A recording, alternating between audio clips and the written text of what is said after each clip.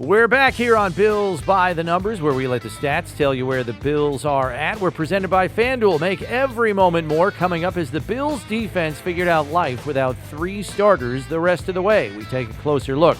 The meat and potatoes of Buffalo's schedule is upon us. Where are the biggest pitfalls? Bills Midseason awards, and Solomon Wilcots joins us to talk Bengals. Is the proper response to Who Dey We Dem?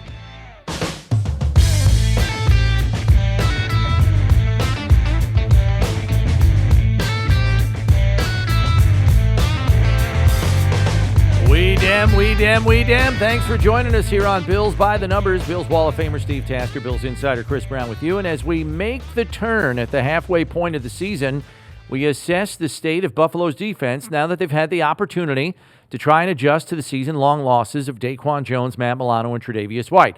Do we feel they have effectively plugged all 3 holes with capable answers? And, oh, by the way, there is a new answer on the roster. Yeah, I like what they've done, no question. They elevated Tim Settle, brought Poona Ford off. I think Poona Ford's getting better as he plays. The rotational way they work this seems to be good. Ed Oliver's playing at a high level.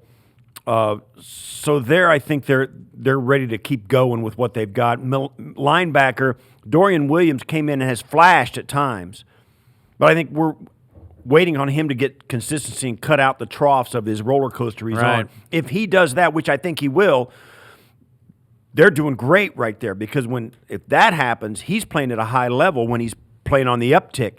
I like his potential, and I think you got to know he came in the game after the first month of the season, like week 3 or 4 it was when Milano went down, and right away started making plays. And you and I saw it in training camp and early in his tenure on the field here this season. He sees it. But he's got responsibilities. He's like forgetting when he thinks he sees it before it happens, and they're taking advantage of his enthusiasm, I think, a little bit now. When he starts to calm down and cut out those troughs, like I said, and not get caught with his eyes wrong, he's going to be playing at a high level. At corner, I like the bodies they've got out there. They got the right type of guy. And even if Elam does get to play, I like when he's out there. And Rasul coming in, I think they have done now. We'll see, but it looks like they have shored that up as well. At least they've got bodies out there that can line up, and it's not going to be too big for them. So, yeah, I think they're going to be fine. I think you're still going to see development from Vaughn. I still think Vaughn's maybe a month away from being to where he feels normal and feels confident, and I think you'll see I think Vaughn's going to peak exactly at the right time at the end of the season for the stretch run and in the playoffs. I think Vaughn's going to be his old self again. So, yeah, and A.J. Epinesa continues to play. So, yes, I think defensively they're sitting in a good spot. I think McDermott has done a nice job as coordinator, as he figured he would, and I don't think it has hampered the staff's ability to be good on game day either. So, yeah, I like what they're doing. I think Rasul Douglas is an intriguing guy to bring in, and certainly gives them somebody who is going to be able to line up and go pretty quickly. Yeah, I mean, the guy's the number 2 corner in Green Bay for the last 2-3 years and has 15 career interceptions in 7 seasons. So he's going to get you a couple at least every year. He's got 9 over his last 2.5 seasons. So it's an experienced player who's ascending, and knows how to, and more importantly, knows how to play zone defense, which is what Sean McDermott, I think, ideally wants to play more of going forward. I know he's got to probably play some man, but this is a 6'2", 209-pound guy, long arms, knows how to anticipate to make plays on the ball, and it wouldn't shock me if he is one of the 2 starting outside corners in a few weeks. So that's good from that standpoint, because you've reestablished the depth at the position. Defensive tackle, you already covered. The one spot that I think is an incomplete answer is Milano's weak side linebacker position, mainly because Dotson and Williams don't have as extensive a skill set as Milano, but you probably can't find 2 other guys in the league that have that extensive a skill set. So to mitigate that, Sean McDermott has employed the use of a dime package where he brings Taylor Rapp on the field and uses Jordan Poyer essentially as the second linebacker with Bernard. and they used their dime package on 26 plays against Tampa, 38% of the defensive snaps. The week before, they used it only 8 plays in a loss at New England, and that was the second time that Dorian Williams had been benched. So they clearly felt more dime package was a better coverage answer against Tampa last week. Will they feel the same against Cincinnati this week? Perhaps at times, but you also have to worry about that Cincinnati run game. So I think McDermott's still in a week-to-week process of finding the best answer to make up for the loss of Milano at the second level of the defense. And I think it's going to morph and change as we continue to go through the season. There might be a good answer this week, might not be a great answer the next week, and you got to come up with something else. So I think he's going to have to continue to tinker there because replacing Milano is almost impossible. Right. And that's the problem. The Bills have what many saw as the most challenging part of their schedule as week 11 to 16, with the Jets, Eagles, Kansas City, Dallas, and the Chargers all in succession. But that challenging stretch may be starting right now with a resurgent Bengals team, followed by a Denver team that will be coming off a bye and winners of their last 2 games. So what game or games do you see, Steve, as the biggest potential pitfalls down the stretch here? Well, I'm kind of a coach speak guy, so it's the next one. This Bengals team, it's always the next one. This Bengals team is playing extremely well. They knocked you out of the playoffs last year. They got it together. They have won 4 out of their last 5 after starting out 0-2. They've won 4 out of their last 5. They've scored 30 points 2 out of the last 3. This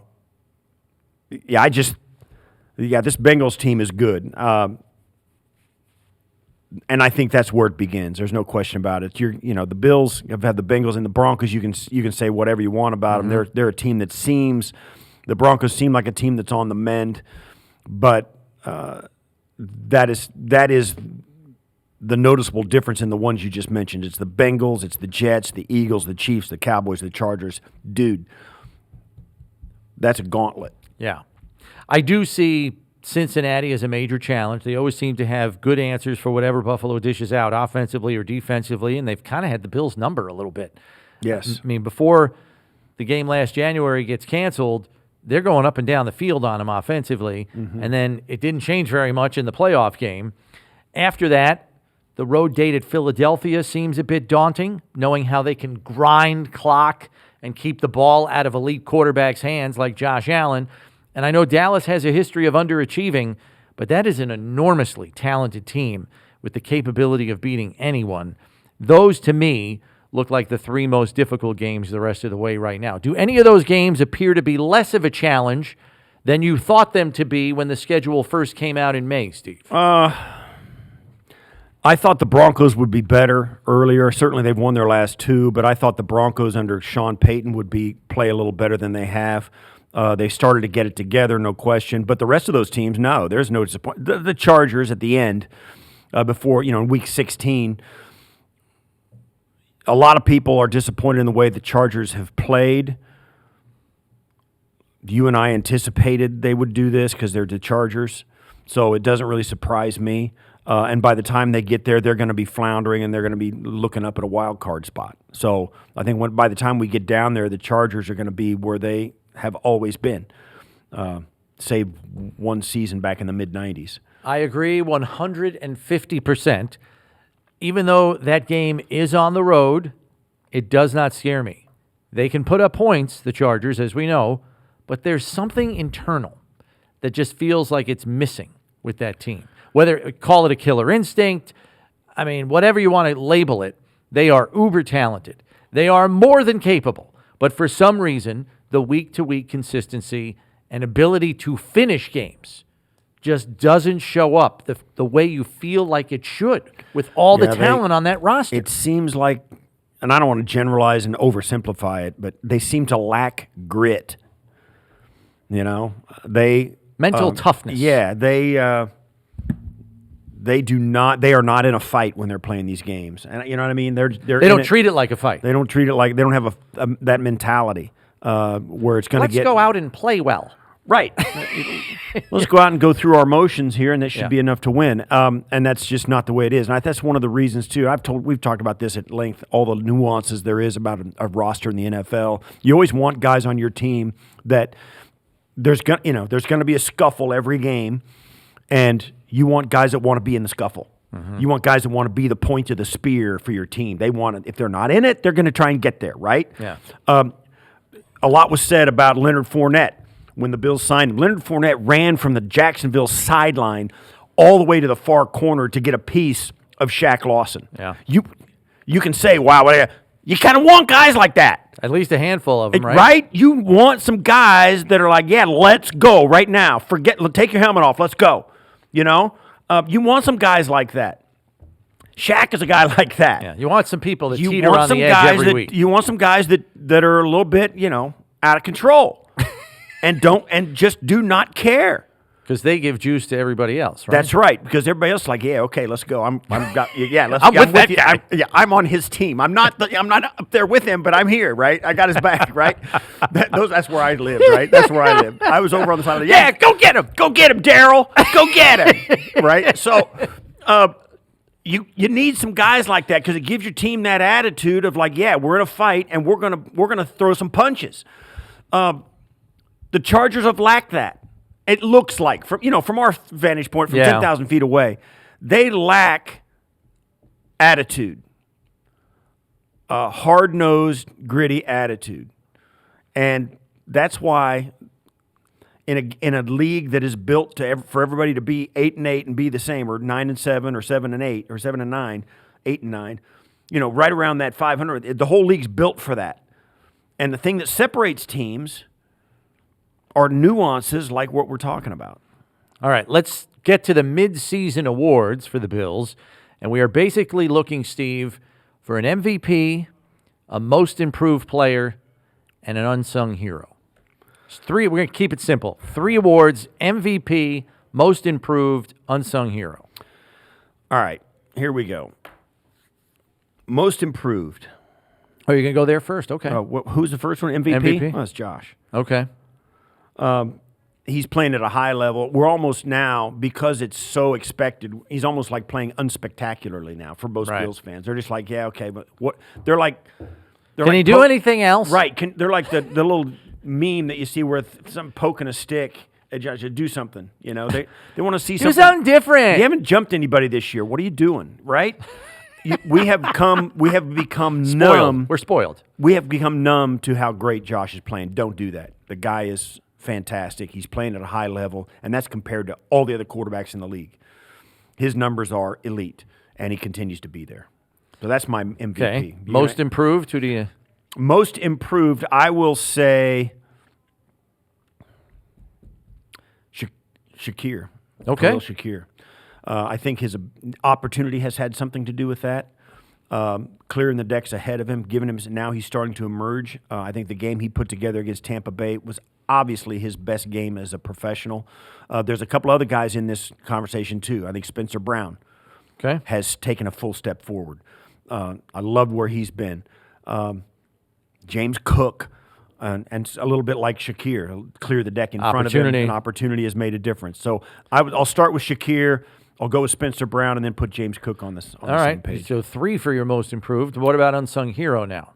Some guy that is killing it but is not getting recognized. I got to say Dalton Kincaid. Okay.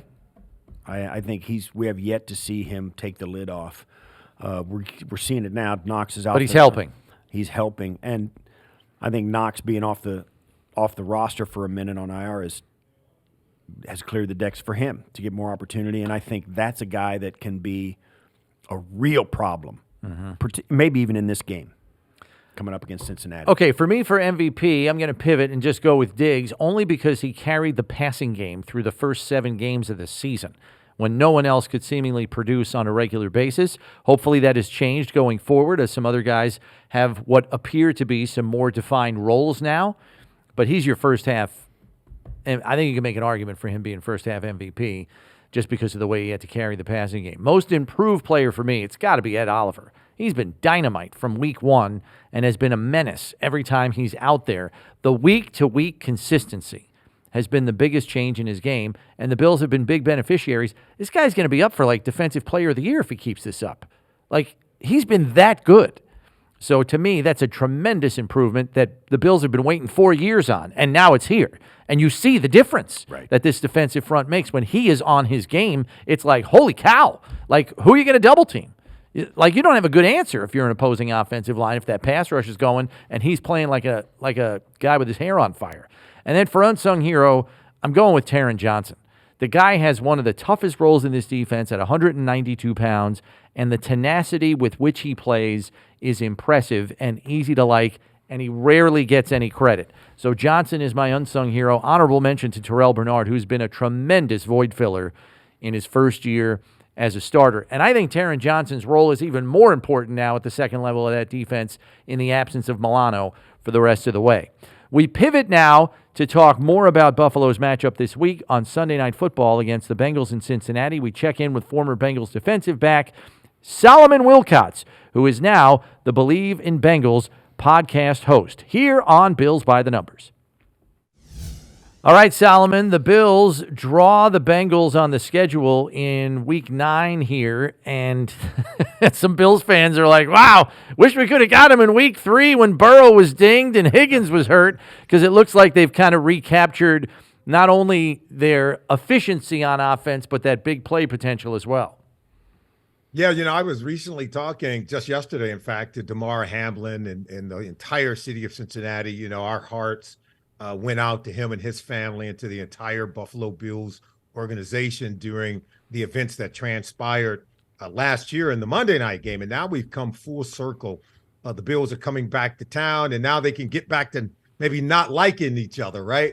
But hey, we all remember what that playoff game was like last year and the way the season ended for Buffalo. And I remember telling the people around here, hey, the Bills won't forget.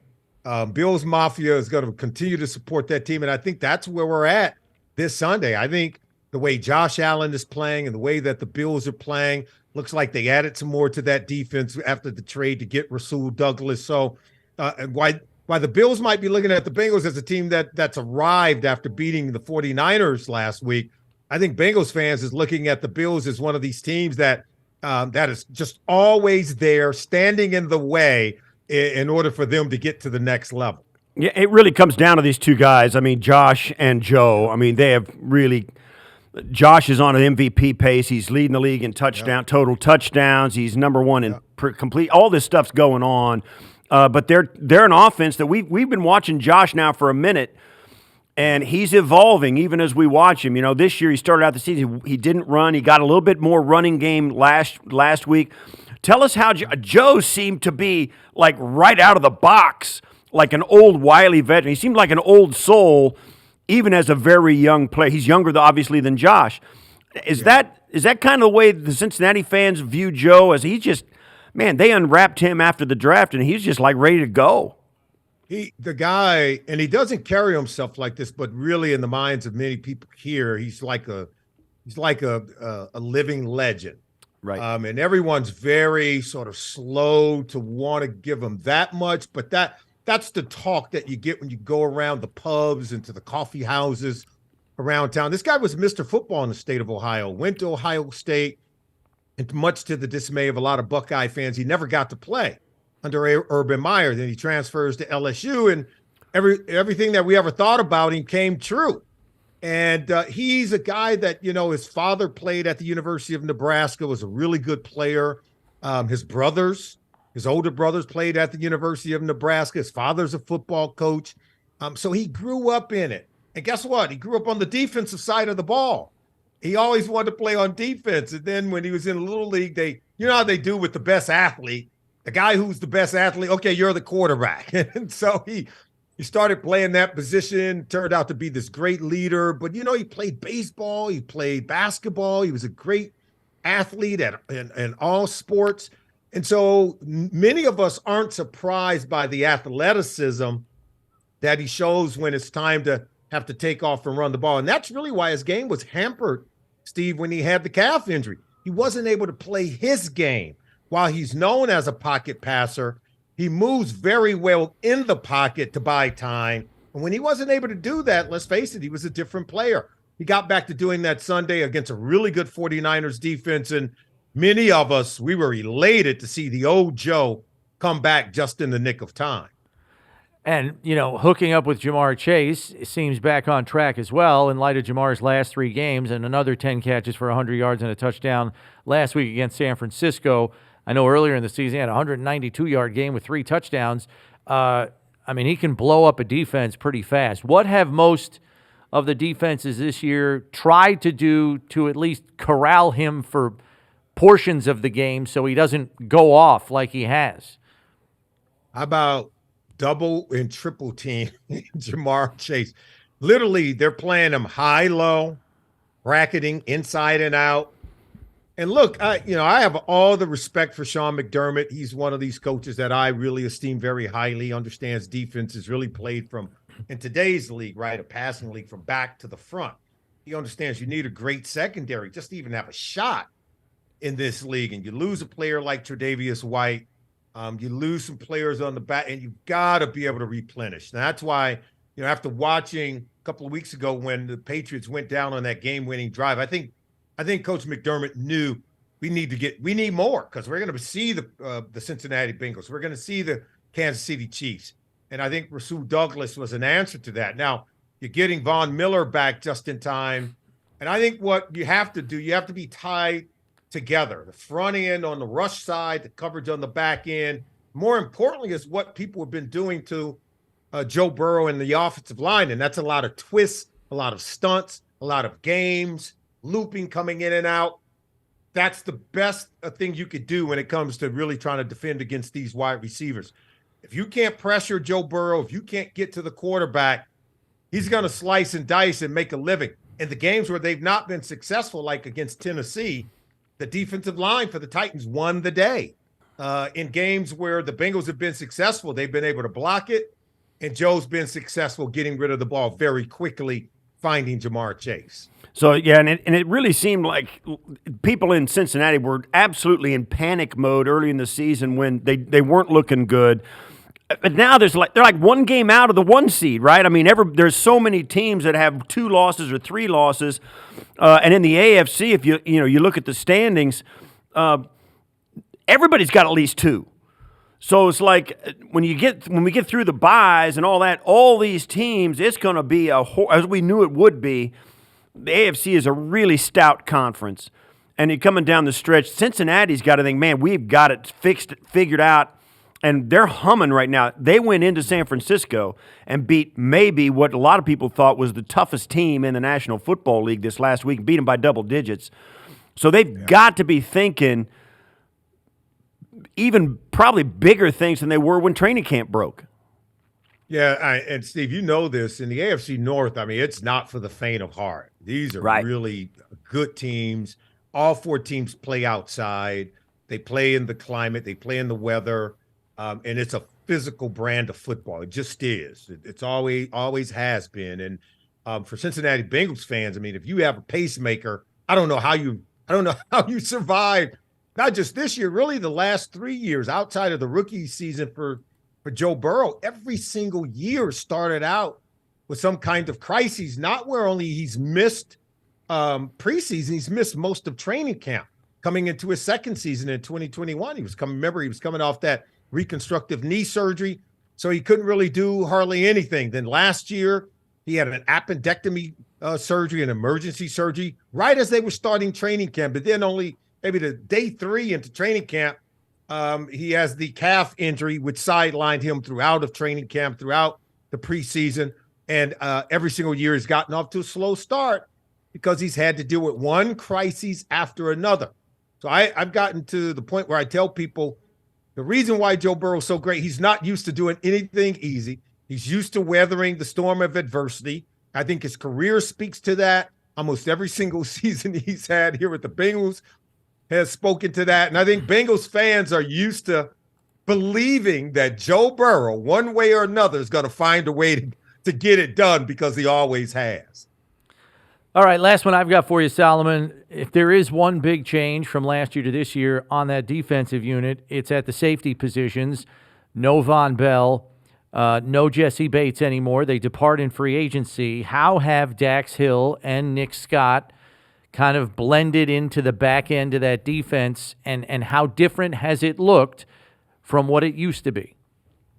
Yeah, I mean, look, if Lou Anarumo had his way, he would have got to keep both of them. But, there's players on the offensive side. They feel like they're going to have to pay moving forward. Kind of thought he would lose one, but he certainly didn't bank on losing both, Von Bell and Jesse Bates, who are both playing very well with their new teams in Atlanta as well as with the Carolina Panthers. So Nick Scott comes in from the Rams. I mean, he's been okay. I think the communication and getting everyone lined up, I mean, that's tough, but he's got a really good rotation of defensive linemen in front of him. I think the linebackers in this defense, there's not a pair of linebackers I would take over Jermaine Pratt and Logan Wilson. These guys are great. They were both former safeties at the high school and collegiate level who ultimately became linebackers. So they have a really good feel for the pass game. And so I think it's helped those two young safeties as they starting to adapt to the defense. Here's what you need to know. Even though those two changes have been made, they've got some other young players in Cam Taylor-Britt, DJ Turner, Dax Hill, of course, in his second year. He's great dime defender as he moves into the box. The Cincinnati Bengals rank, tied for 5th with 13 takeaways defensively through their first 7 games of the season. I think that's saying a lot when you lose two quality safeties like Von Bell and Jesse Bates. So there is some growing pains, and I still think there's going to be moments of communication or maybe where the youth and inexperience shows up. But I think they're playing very well right now because Lou Anarumo asked a very lot of these two safeties and everyone in that secondary. There's a lot on their plate. So far, I think they're handling it pretty good. Solomon, thanks so much for spending some time with us, man. It's good to see you, my friend. You got it. Take care, Steve. Always great seeing you. You guys take care. And look, I'm always a Bills fan. You guys know that, except for when they're playing the Bengals, right? All right. Understood. Thanks, Solly. Okay, take care, guys. Hey, Bills fans, get in on the action with FanDuel, America's #1 sportsbook. Just download the app today to play any way you want. Plus, with live betting, you'll get updated odds on games that have already started. Best of all, you'll get paid your winnings fast. Make every moment more with FanDuel, official sportsbook partner of the Buffalo Bills. We move along to the numbers game, where Steve will be tested on Bills-Bengals history. He's part of it. Might as well quiz him on it. So here we go. Question number 1. During the Bills' playoff drought from 2000 to 2016, Steve, the Bills had an 80-124 record against AFC opponents. What was their record in 10 games against the Cincinnati Bengals during that span? The drought years, 10 games against the Bengals. What was their record against Cincinnati? I will say just the opposite of those. I'll say 6-4. Oh, you're so close. 7-3. But yes, they had a winning record. That's a good guess. Against Cincinnati. You were right there on the cusp of it. I could taste it. All right, question number 2. How many times have the Bills and Bengals met in the playoffs in their history? Just number of times, number of playoff games.